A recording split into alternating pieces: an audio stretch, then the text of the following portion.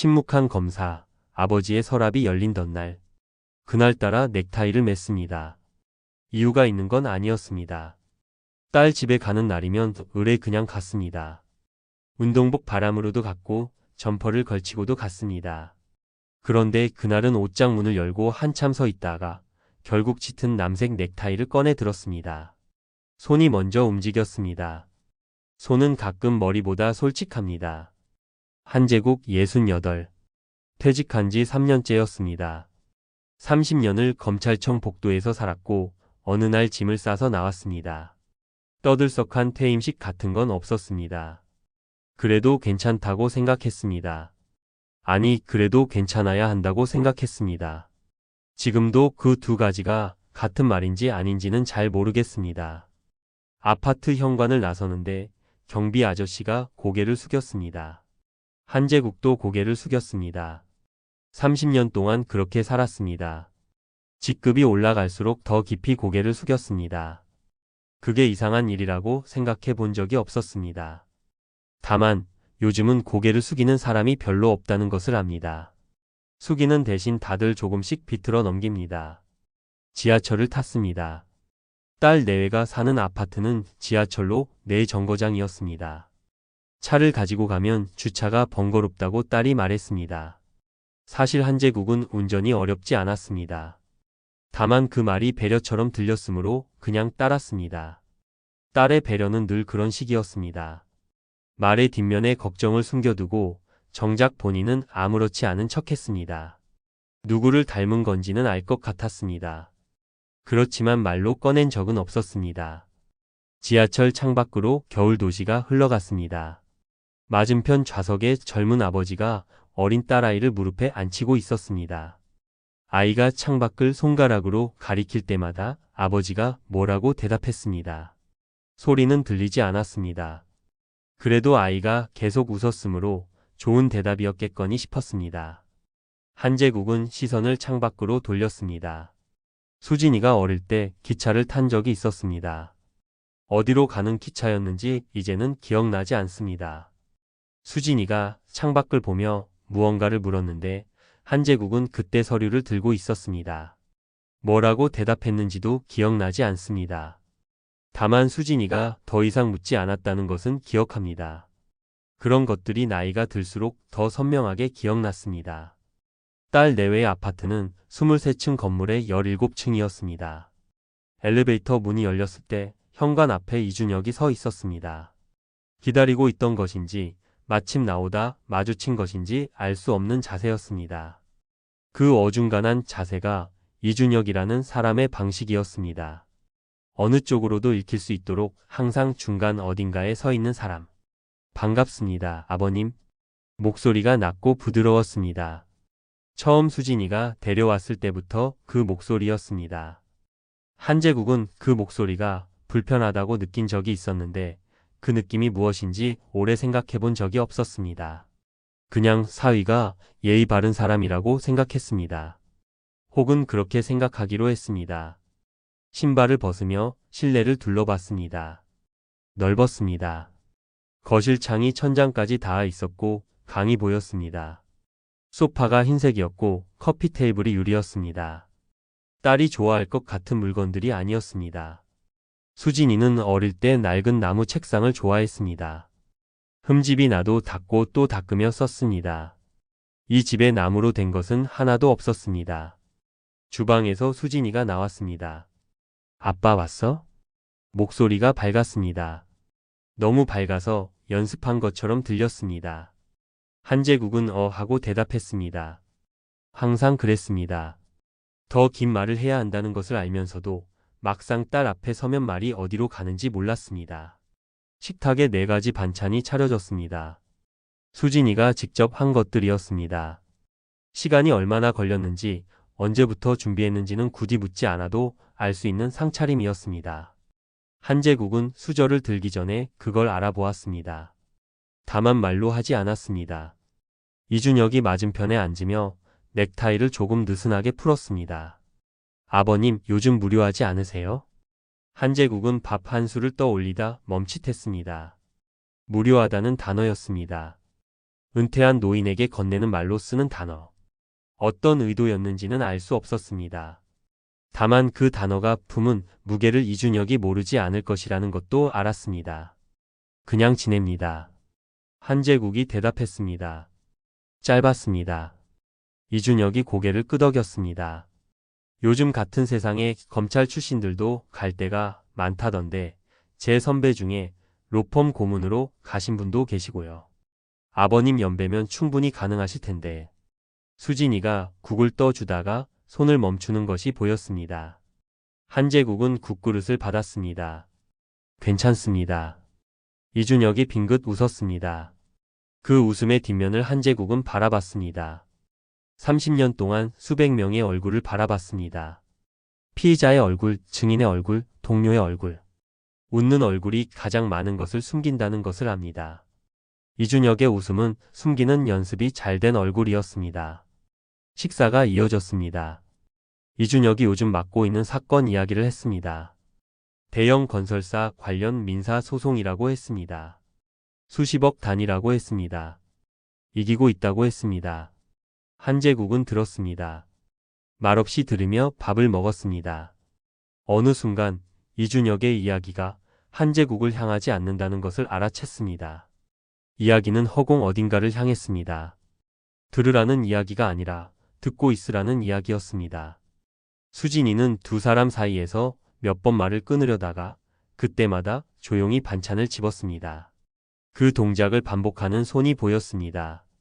한재국은 그 손을 보다가 시선을 내렸습니다. 디저트로 귤이 나왔습니다. 이준혁이 전화를 받겠다며 자리를 비웠습니다. 주방 쪽으로 걸어가다 목소리가 낮아졌습니다. 내용은 들리지 않았습니다. 수진이가 귤을 까며 웃었습니다. 아빠 많이 먹어. 한재국은 귤 한쪽을 입에 넣었습니다. 달았습니다. 수진이가 좋아하는 것들은 늘 달았습니다. 어릴 때부터 그랬습니다. 잘 지내지? 겨우 그 말이 나왔습니다. 수진이가 고개를 들었습니다. 잠깐 뭔가를 말하려는 것 같더니 웃었습니다. 응, 잘 지내. 한재국은 귤을 또 한쪽 먹었습니다. 더 물어봤어야 한다는 것을 알면서도 다음 말을 찾지 못했습니다. 그게 늘 문제였습니다.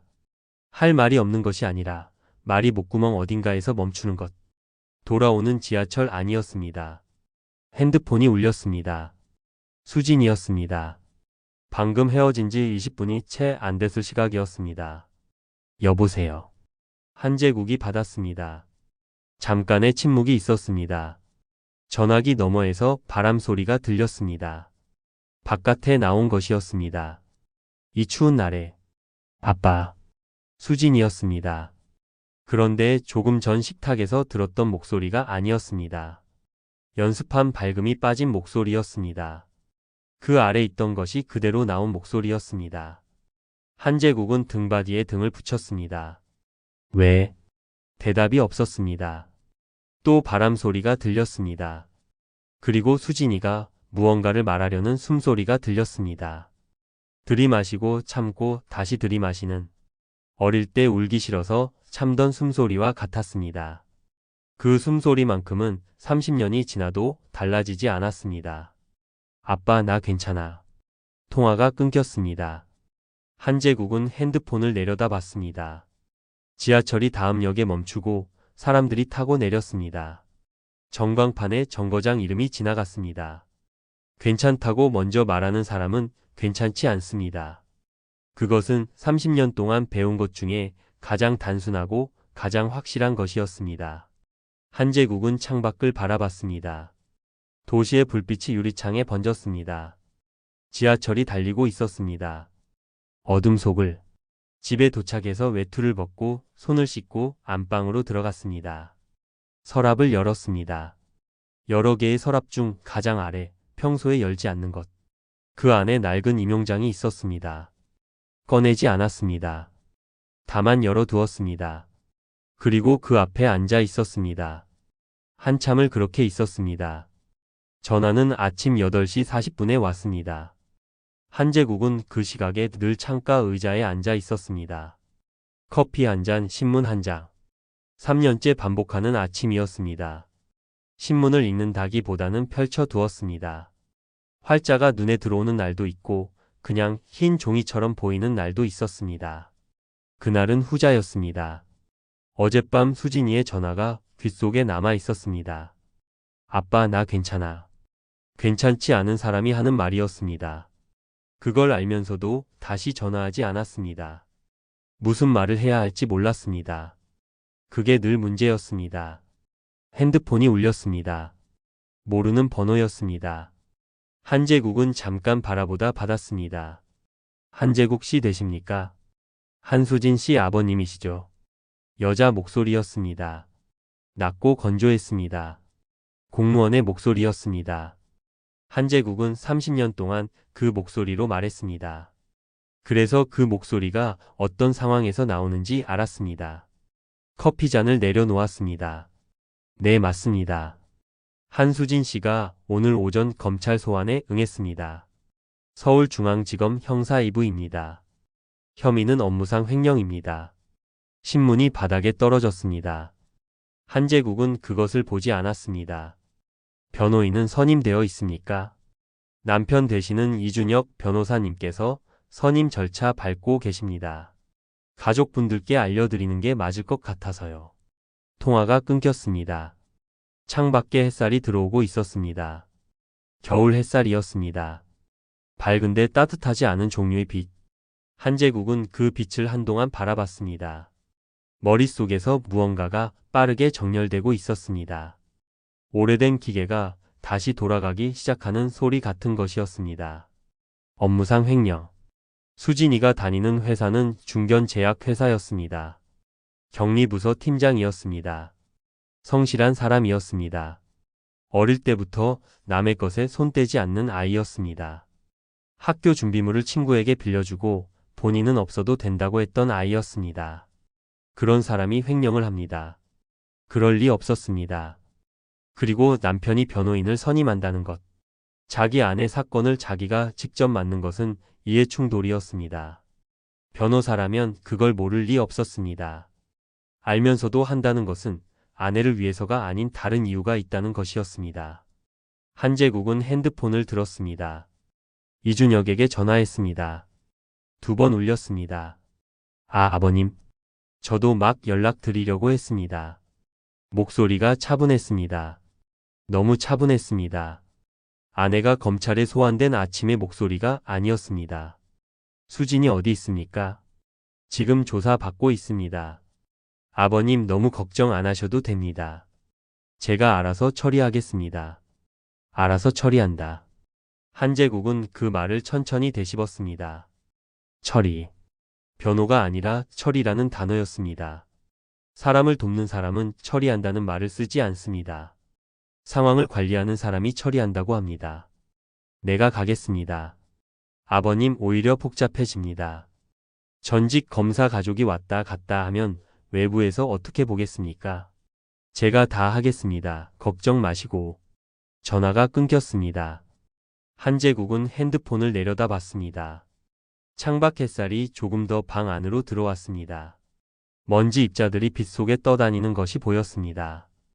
이준혁의 눈빛이 떠올랐습니다. 어젯밤 식탁에서 봤던 웃음. 그 웃음 뒤에 있던 것.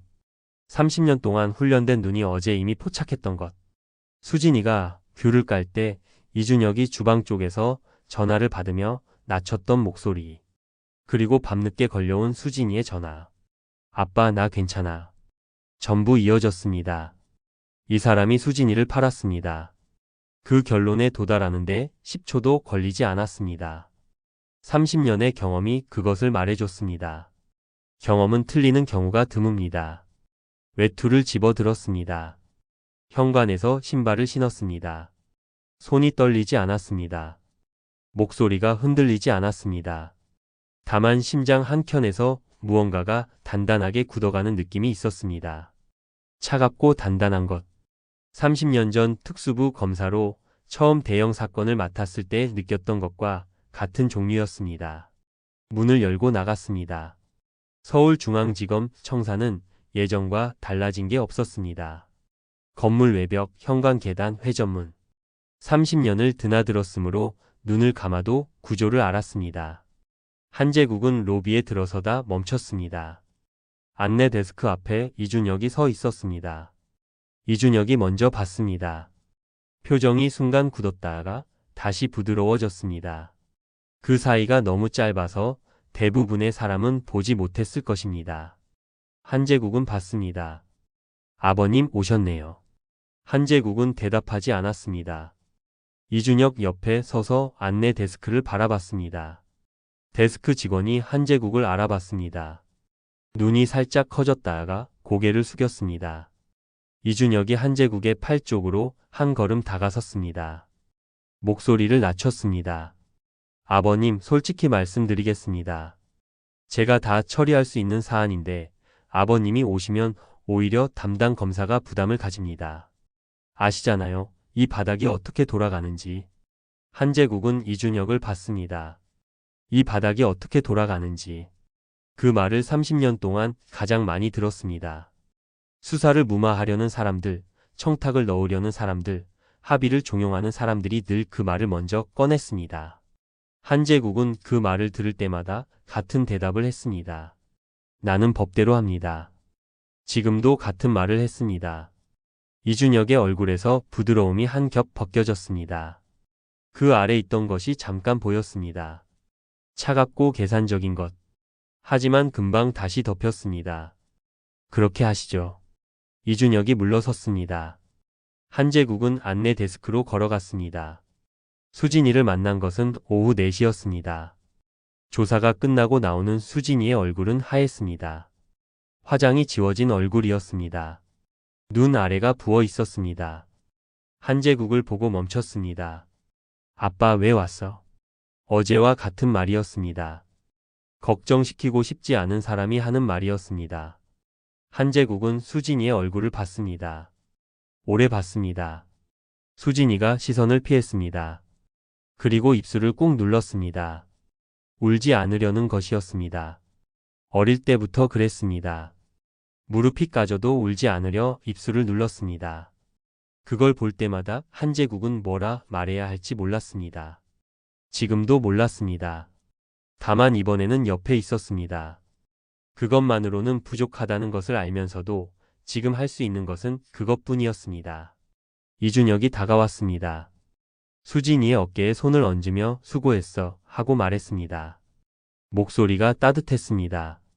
그 따뜻함이 연기라는 것을 한제국은 알았습니다. 수진이가 그것을 아는지 모르는지는 알 수 없었습니다. 한제국은 이준혁의 손을 봤습니다. 수진이의 어깨 위에 얹힌 손을. 그리고 이준혁의 눈을 봤습니다. 이준혁이 시선을 피하지 않았습니다. 오히려 똑바로 바라봤습니다. 그 눈 속에 있는 것은 여유였습니다. 내가 더 빠릅니다. 라고 말하는 여유. 한제국은 고개를 돌렸습니다. 아직 시간이 있었습니다. 30년 동안 배운 것 중에 또 하나가 있었습니다. 서두르는 쪽이 지는 경우가 많다는 것. 이기는 싸움은 늘 느리게 시작했습니다. 그날 밤 11시 한제국은 서랍을 열었습니다. 낡은 임용장이 있었습니다. 모서리가 누렇게 바랬고 접힌 자리에 금이가 있었습니다. 펼치지 않아도 내용을 외웠습니다. 한제국은 그것을 꺼내지 않았습니다. 그 아래 있는 것을 꺼냈습니다. 수첩이었습니다. 검은 가죽 수첩. 30년 동안 쓴 것의 마지막 권이었습니다. 전화번호들이 빼곡히 적혀 있었습니다. 이름과 번호와 짧은 메모들. 어떤 이름 옆에는 별표가 있었고 어떤 이름 옆에는 물음표가 있었습니다. 아직 살아있는 번호가 얼마나 될지 알 수 없었습니다. 3년이 지났습니다. 번호는 바뀌고 사람은 떠납니다. 먼저 전화할 사람 3명을 골랐습니다. 첫 번째는 최민구였습니다. 수사관 출신. 한제국이 특수부에 있을 때 가장 오래 함께한 사람이었습니다. 발로 뛰는 수사를 가장 잘하는 사람이었습니다. 퇴직 후 사설 조사 업체를 운영한다는 소식을 들었습니다. 두 번째는 정세훈이었습니다. 법원 사무관 출신. 판결문과 서류를 가장 빨리, 가장 정확하게 읽는 사람이었습니다. 어떤 문서든 핵심을 3줄로 요약했습니다. 지금 어디 있는지는 몰랐습니다. 세 번째는 박지안이었습니다. 후배 검사. 한제국이 특수부 수사를 밀어붙이다 밀려날 때 끝까지 자리를 지켰던 사람이었습니다. 지금도 현직일 것이었습니다. 전화를 돌렸습니다. 최민구가 첫 번째로 받았습니다. 2번 울리고 받는 사람이었습니다. 변한 게 없었습니다. 선배님 오랜만입니다. 오래 사는군. 하하, 선배님이야말로. 근데 이 시간에 전화하시는 건 일이 생기셨다는 거죠? 한제국은 상황을 설명했습니다. 짧게 했습니다. 필요한 것만 말했습니다. 최민구는 중간에 끊지 않았습니다. 다 들었습니다. 이준혁 변호사요. 그 사람 알죠? 모래성 쌓는 스타일인데 겉이 반지르르해서 잘 모르는 사람들이 속습니다. 선배님, 저 움직이면 됩니까? 부탁합니다. 알겠습니다. 내일 아침부터 시작하죠. 전화가 끊겼습니다. 정세훈에게도 전화했습니다. 3번 울리고 받았습니다. 목소리가 낮았습니다. 자고 있다가 받은 것이었습니다. 한제국이 미안하다고 했습니다. 아니요, 괜찮습니다. 선배님 전화면 자다가도 받아야죠. 무슨 일입니까? 다시 설명했습니다. 정세훈이 조용히 들었습니다. 다 듣고 나서 한 가지만 물었습니다. 이준혁이 맡고 있다는 건설사 사건 어느 쪽입니까? 서울중앙지법 민사합의 31부. 잠깐만요. 자판 소리가 들렸습니다. 잠이 깼습니다. 정세훈은 이런 사람이었습니다. 전화를 끊기 전에 이미 움직이는 사람. 그 사건 작년에 1심 끝났습니다. 건설사 승소. 근데 원고 측 증거 제출 목록이 좀 이상합니다. 나중에 자세히 보내드리겠습니다. 부탁합니다. 마지막으로 박지안에게 전화했습니다. 5번 울렸습니다. 받지 않을 것 같다고 생각할 무렵 받았습니다. 선배님. 목소리가 조심스러웠습니다. 현직에 있는 사람의 조심스러움이었습니다. 한제국은 그것을 이해했습니다. 바쁘면 됩니다. 아니요. 말씀하세요. 한제국이 수진이 사건을 말했습니다. 담당 검사가 누군지, 사건 번호가 어떻게 되는지, 지금 어느 단계인지 알 수 있느냐고 물었습니다. 박지안이 잠깐 침묵했습니다. 확인해 보겠습니다. 다만 선배님, 이준혁 변호사 쪽에서 이미 움직이고 있을 겁니다. 빠르게 가셔야 할 것 같습니다. 알고 있습니다. 전화를 끊었습니다. 창밖에 밤이 깊어 있었습니다. 도시는 어둡지 않았습니다. 서울의 밤은 완전히 어두워지는 법이 없었습니다. 어딘가에서는 늘 불이 켜져 있었습니다. 다음 날 아침 최민구가 사무실로 찾아왔습니다. 예전보다 머리카락이 많이 줄었고 배가 조금 나왔습니다. 그래도 눈이 살아 있었습니다. 수사관의 눈은 퇴직해도 죽지 않았습니다. 커피 드시겠습니까? 아니요, 바로 시작하죠. 선배님 시간이 없으니까. 최민구가 가방에서 서류를 꺼냈습니다. 하룻밤 사이에 모은 것들이었습니다. 이준혁, 이 사람 로펌 들어오기 전에 시행사 자문 변호사 했습니다. 그때 건설 인허가 관련 브로커 2명이랑 엮인 전력이 있는데 당시 수사가 있었다가 갑자기 내사 종결됐습니다. 담당 수사관이 지금 어디 있는지는 확인 중입니다. 한제국이 서류를 넘겼습니다. 천천히 그러나 빠짐없이 읽었습니다. 건설사 소송에서 이준혁이 제출한 증거 목록도 있습니까? 정세훈 선배님한테 받으셨을 겁니다. 제가 따로 입수한 것도 있습니다. 원고 측이 제출하려던 계약서 원본이 있었는데 재판 직전에 분실 처리됐습니다. 담당 법원 사무관이 그냥 분실이라고 했는데 그 사무관이 그 뒤로 직책이 올라갔습니다. 증거를 없앴습니다. 그렇게 봐야죠. 한제국은 서류를 내려놓았습니다. 수진이가 가지고 있는 것이 있습니다. USB입니다. 그 안에 무엇이 있는지는 수진이만 알 것입니다. 수진이와 이야기해야 합니다. 최민구가 고개를 끄덕였습니다. 그리고 잠깐 뜸을 들이다가 말했습니다. 선배님, 이준혁이 수진이 씨 옆에 붙어있는 한 수진이 씨가 선배님한테 직접 말하기 어려울 겁니다. 어떻게든 자리를 만들어야 합니다. 알고 있습니다. 창밖에 햇살이 들어왔습니다. 어제보다 조금 더 낮은 각도의 햇살이었습니다. 겨울이 깊어지고 있었습니다. 한제국은 수첩을 다시 펼쳤습니다.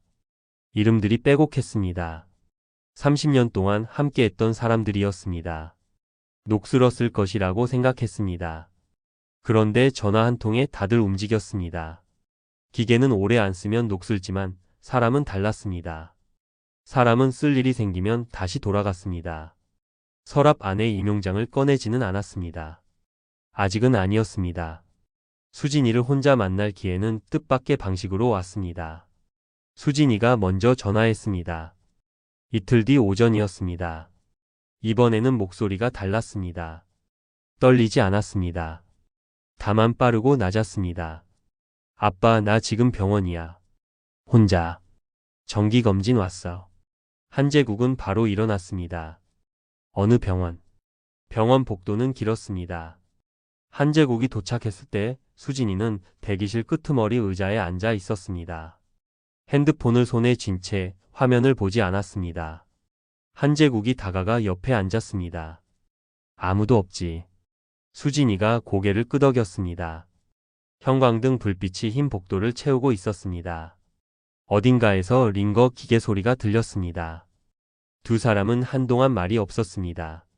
말이 없는 것이 불편하지 않은 사이도 있고 불편한데 꺼내질 않는 사이도 있었습니다. 한제국과 수진이는 오랫동안 후자였습니다.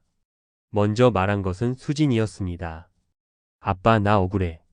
한제국은 수진이를 봤습니다. 수진이의 눈이 빨개졌습니다. 그런데 울지 않았습니다.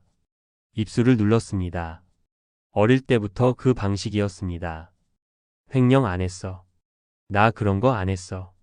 알고 있습니다. 수진이가 한제국을 봤습니다. 그 눈에 놀람이 있었습니다.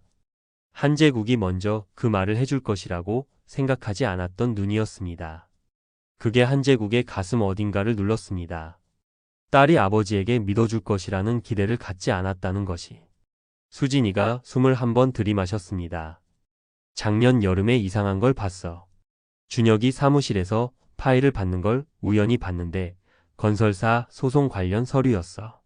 근데 내가 알던 계약서 내용이랑 달랐어. 날짜가 달랐고 서명 위치가 달랐고. 그게 왜 다를까 싶어서. 한제국이 들었습니다. 몰래 복사해뒀어. USB에. 그냥 혹시 몰라서. 그리고 준혁한테는 말 안 했어. 말하려다가 뭔가 이상한 것 같아서. USB가 지금 어디 있습니까? 수진이가 잠깐 망설였습니다. 우리 집에 있어. 준혁이 모르는 곳에.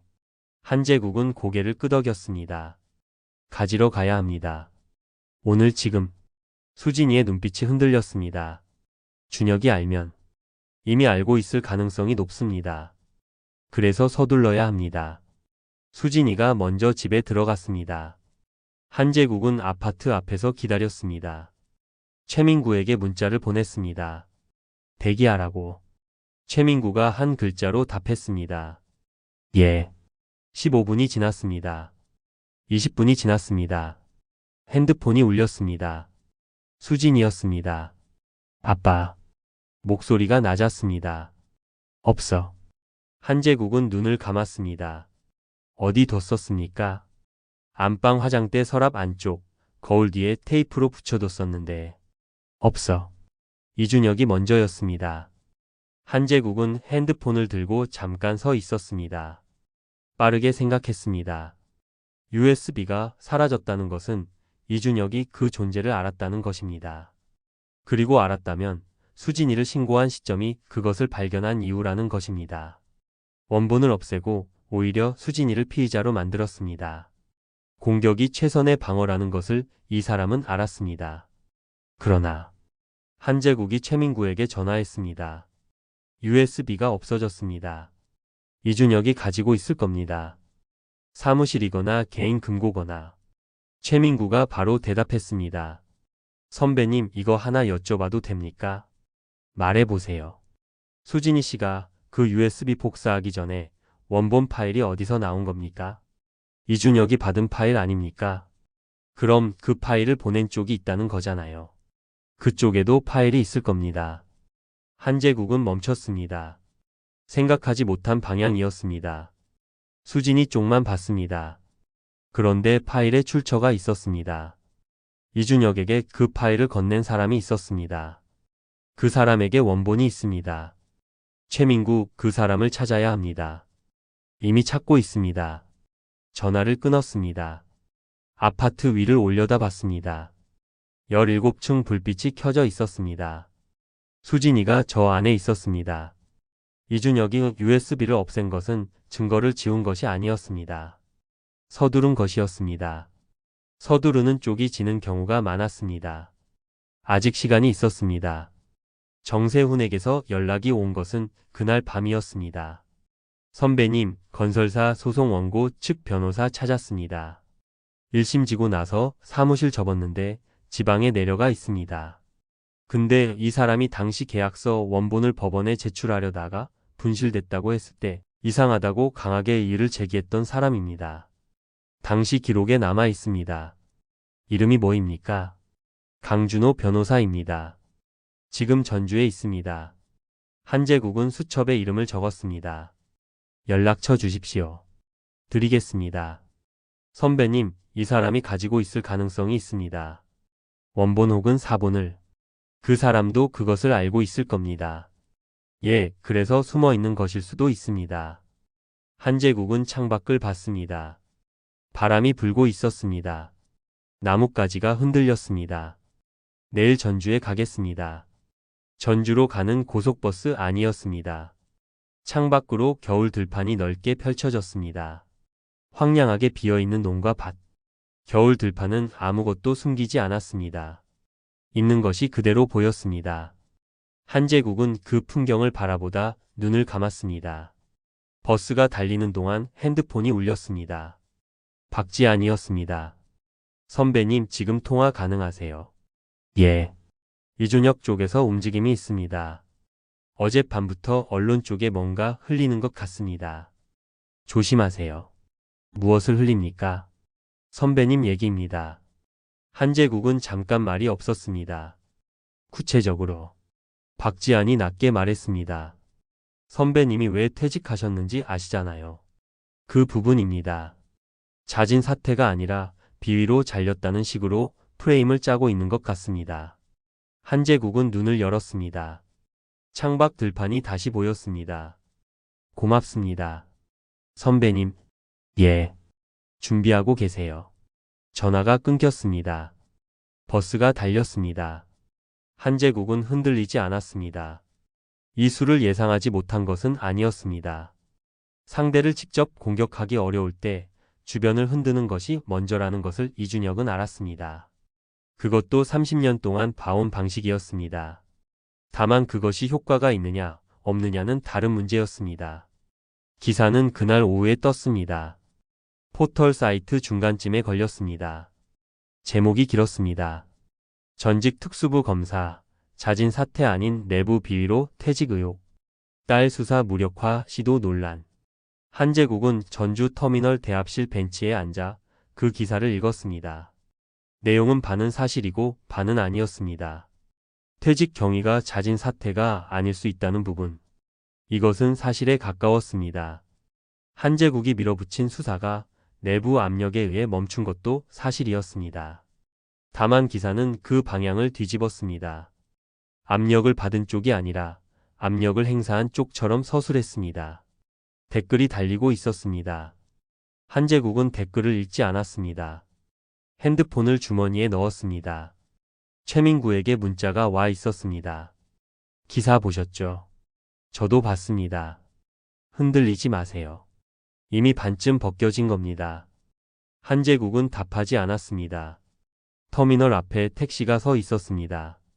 강준호 변호사의 사무실은 전주 시내에서 조금 벗어난 골목 안에 있었습니다. 간판이 작았습니다. 유리문이 흐렸습니다. 한제국이 문을 열고 들어갔습니다. 좁은 공간에 책상 하나, 파일 캐비닛 몇 개, 낡은 의자. 서울 로펌의 어느 구석과도 달랐습니다. 강준호가 일어났습니다.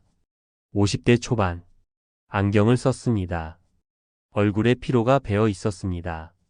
오래된 종류의 피로였습니다. 갑자기 생긴 것이 아니라 몇 년에 걸쳐 쌓인 것. 한재국 전 검사님이시군요. 앉으십시오. 두 사람이 마주 앉았습니다. 강준호가 먼저 말했습니다. 오실 것 같았습니다. 사실 기다렸습니다. 한재국이 받습니다.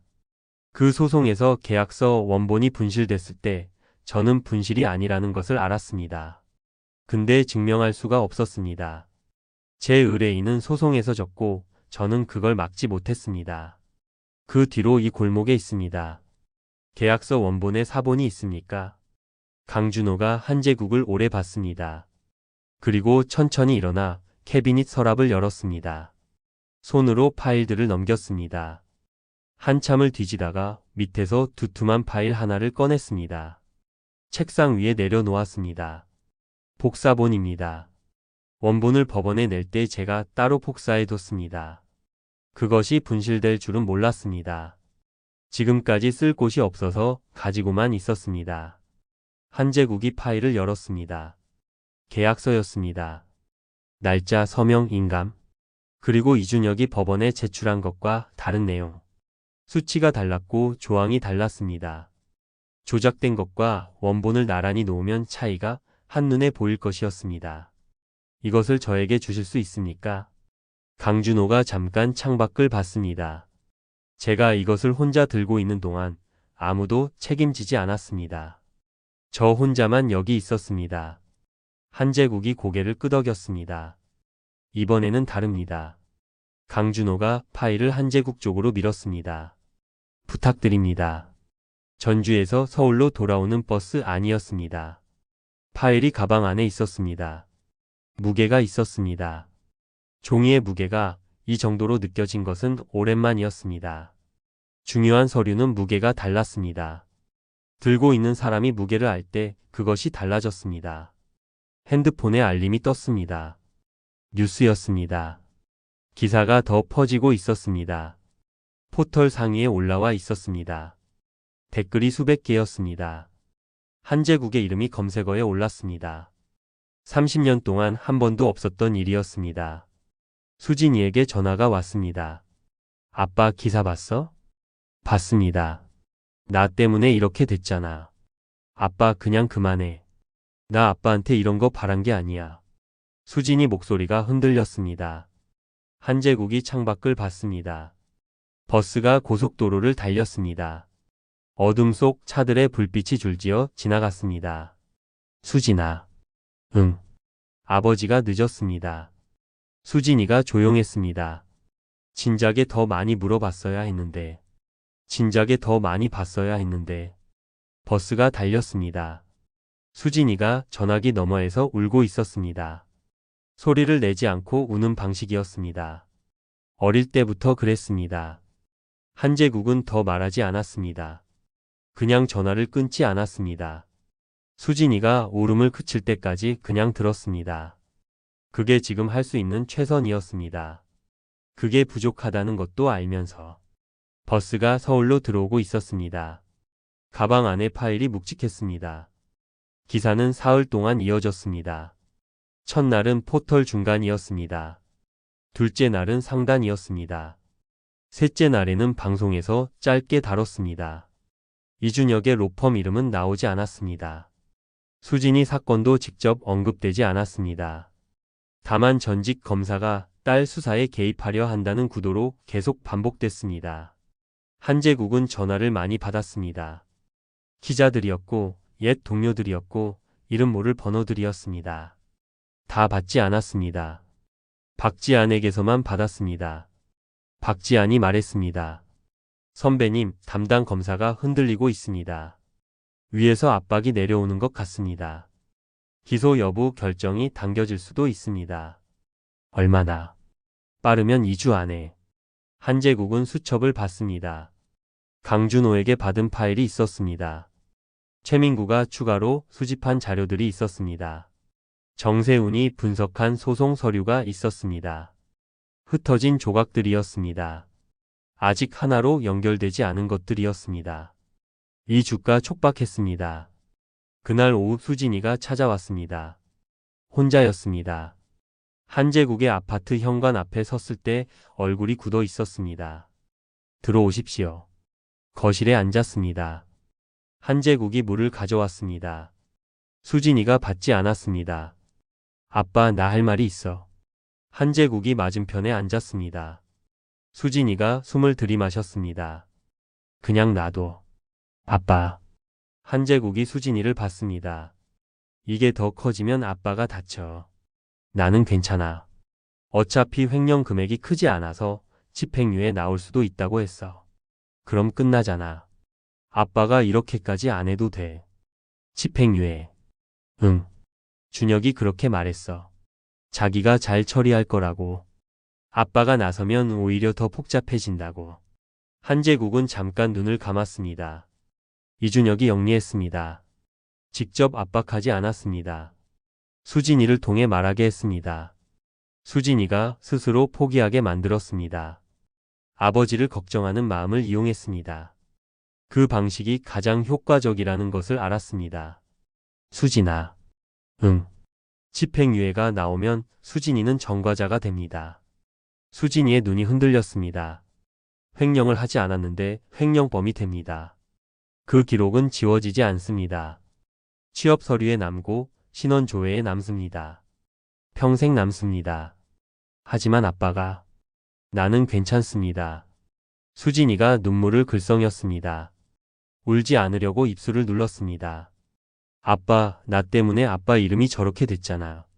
30년 동안 쌓아온 거잖아. 한제국이 천천히 말했습니다. 30년 동안 쌓은 것 중에서 가장 중요한 것이 무엇인지 압니다.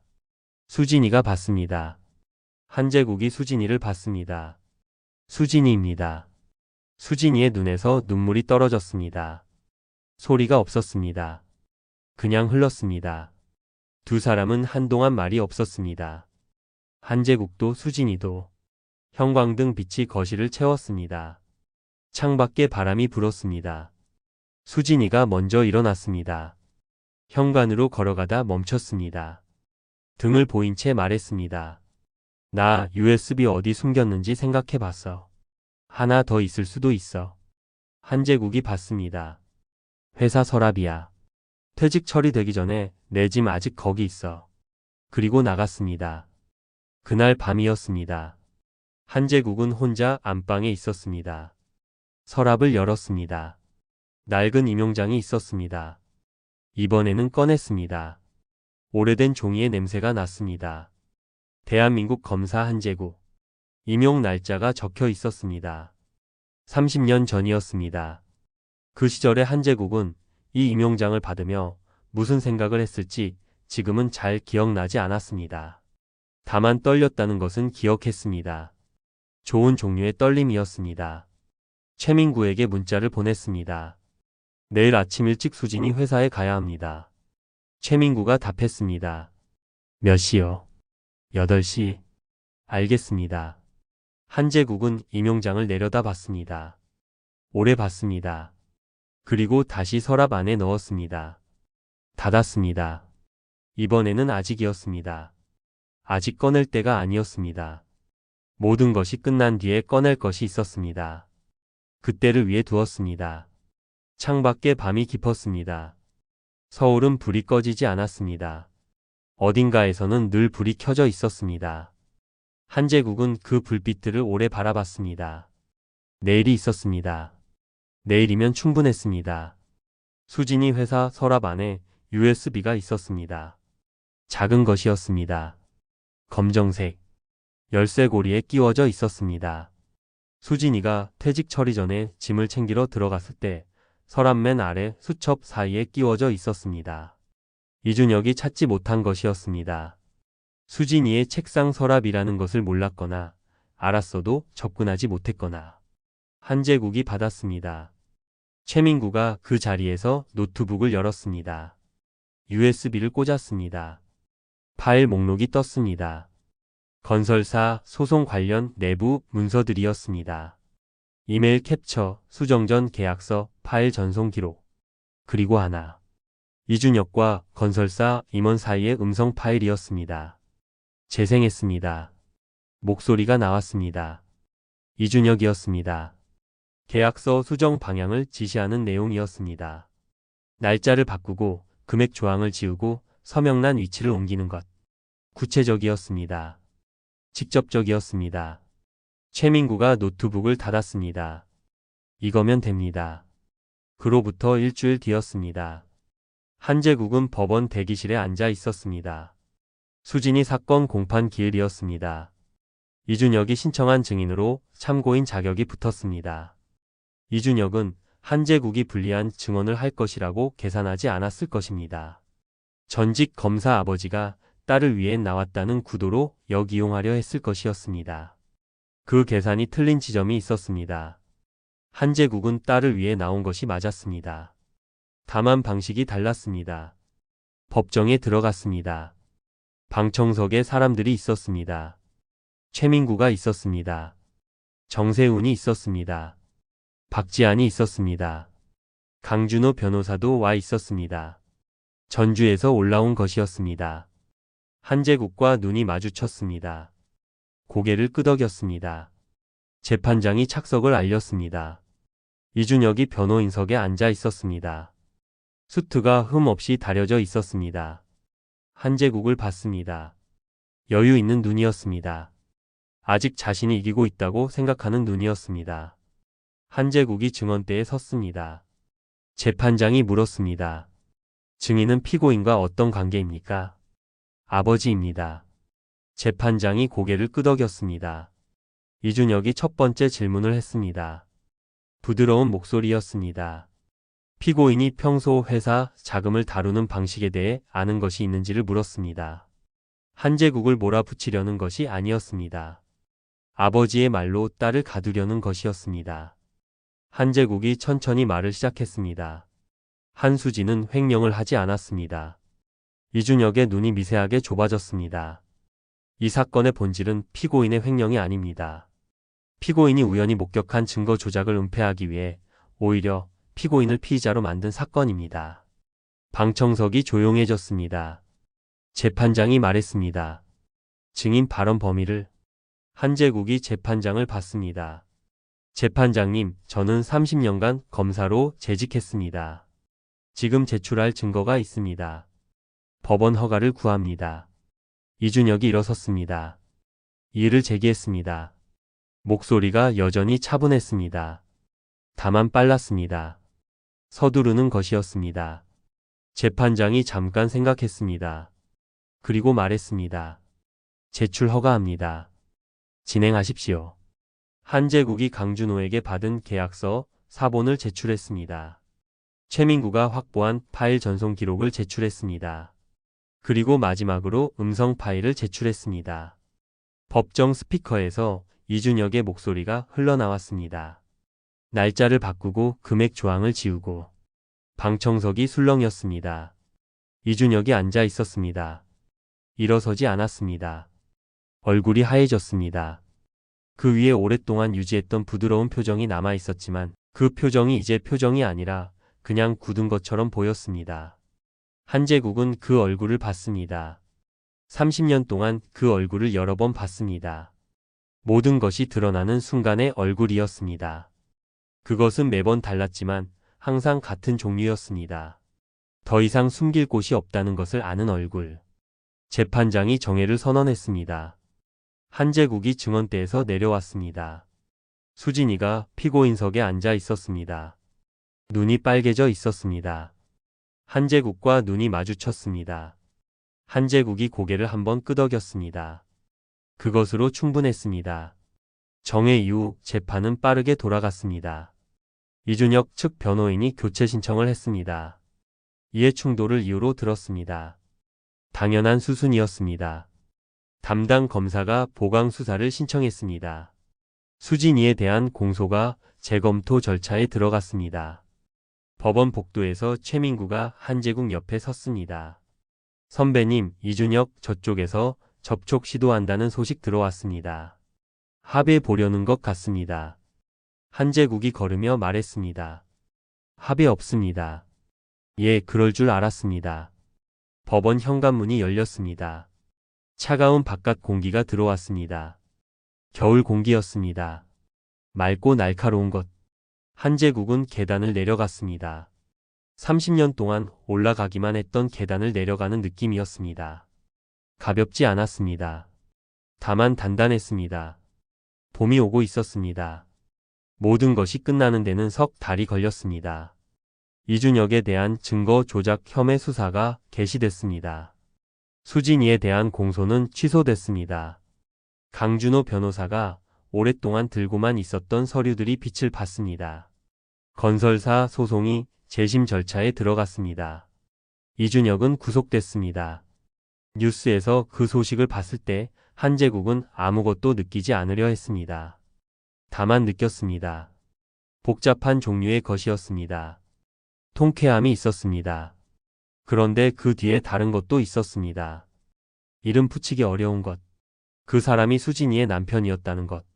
수진이가 그 사람을 믿었던 시간이 있었다는 것. 그 시간이 모두 거짓이었다는 것. 그런 것들이 통쾌함과 함께 있었습니다. 수진이가 처음 혼자 찾아온 것은 봄비가 내리는 날이었습니다. 한제국의 아파트 현관벨이 울렸습니다. 문을 열었더니 수진이가 서 있었습니다. 우산을 쓰고 왔는데도 어깨가 조금 젖어 있었습니다. 머리카락이 이마에 붙어 있었습니다. 들어오십시오. 수진이가 들어왔습니다. 신발을 벗으며 거실을 둘러봤습니다. 오래된 소파, 낡은 탁자, 창가 의자. 어릴 때 살던 집과 달라진 것이 없었습니다. 아빠는 여기서 3년 동안 혼자 있었어. 말이 아니라 혼잣말 같은 것이었습니다. 한제국은 부엌으로 가서 물을 올렸습니다. 차 마시겠습니까? 응. 둘이 탁자에 앉았습니다. 창밖에 비가 내렸습니다. 봄비라고 하기엔 차가웠습니다. 그래도 겨울비와 달랐습니다. 어딘가 부드러운 것이 섞여 있었습니다. 수진이가 찻잔을 두 손으로 쥐었습니다. 아빠 미안해. 한제국이 받습니다. 오래 걱정 끼쳐서. 한제국은 잠깐 무언가 말하려다 멈췄습니다. 그리고 다시 시작했습니다. 아버지가 미안합니다. 수진이가 고개를 들었습니다. 진작에 물어봤어야 했습니다. 잘 지내냐는 말 말고 진짜로 어떠냐고. 그걸 못했습니다. 수진이의 눈이 빨개졌습니다. 한제국이 계속 말했습니다. 목소리가 흔들리지 않았습니다. 다만 낮았습니다. 기차에서 창밖을 가리키며 뭔가를 물었던 것 기억합니까? 어릴 때. 수진이가 눈을 깜박였습니다. 기억하는지 모르는지 알 수 없는 표정이었습니다. 그때 대답을 못했습니다. 서류를 보고 있었습니다. 수진이가 더 이상 묻지 않았습니다. 수진이의 눈에서 눈물이 한 방울 떨어졌습니다. 기억해. 한제국이 수진이를 봤습니다. 창밖에 뭐가 있었는지 물었어. 아빠가 대답을 안 해줘서 내가 혼자 봤는데 억새였어. 들판에 억새가 가득했어. 그게 예뻤어. 한제국이 고개를 끄덕였습니다. 억새였군요. 응. 두 사람이 잠깐 조용했습니다. 빗소리가 창을 두드렸습니다. 수진이가 낮게 말했습니다. 아빠. 예. 고마워. 한제국이 창밖을 봤습니다. 봄비가 내리고 있었습니다. 수진이가 덧붙였습니다. 아빠라고 불러도 돼? 한제국이 수진이를 봤습니다. 평생 그렇게 불렀습니다. 수진이가 웃었습니다. 눈물이 고인 채로 웃는 얼굴이었습니다. 한제국은 그 얼굴을 봤습니다. 어릴 때 수진이가 무릎이 까진 뒤 결국 참지 못하고 울다가 웃던 얼굴과 같았습니다. 30년이 지나도 달라지지 않는 것이 있었습니다. 수진이가 돌아간 뒤였습니다. 한제국은 안방으로 들어갔습니다.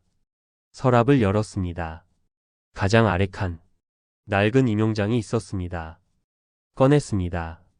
한동안 들여다봤습니다. 대한민국 검사 한제국. 30년 전 날짜. 모서리가 누렇고 접힌 자리에 금이 간 종이. 천천히 반으로 접었습니다. 그리고 다시 접었습니다. 찢지 않았습니다. 버리지도 않았습니다. 다만 더 작게 접어서 서랍 안에 다시 넣었습니다. 닫았습니다. 이것은 내려놓는 것이 아니었습니다. 자리를 바꾸는 것이었습니다. 가장 중요한 자리에서 그것이 있어도 되는 자리로 창가 의자에 앉았습니다. 커피를 한 잔 만들었습니다. 믹스커피였습니다. 달고 뜨거웠습니다. 밖에 봄비가 내렸습니다. 조금 전보다 부드러워진 것 같았습니다.